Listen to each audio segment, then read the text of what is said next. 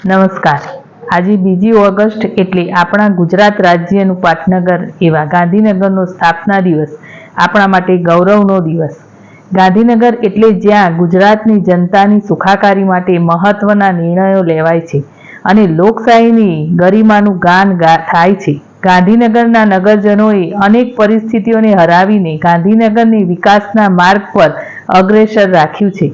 ગાંધીનગરની ઓળખ આજે વૈશ્વિક સ્તરે બની છે, ત્યારે આપણે ગાંધીનગરની ઉદ્યોગ, વેપાર, કલા, સંસ્કૃતિ, શિક્ષણ, સંસ્કાર અને ઇન્ફોર્મેશન ટેકનોલોજી સહિત દરેક ક્ષેત્રે આગળ વધારીએ છીએ અને સાથે સાથે આપણે સૌએ સાથે મળીને આપણા ગાંધીનગરને વધુ સ્વચ્છ, સુંદર અને હરિયાળું પણ બનાવવાનું છે।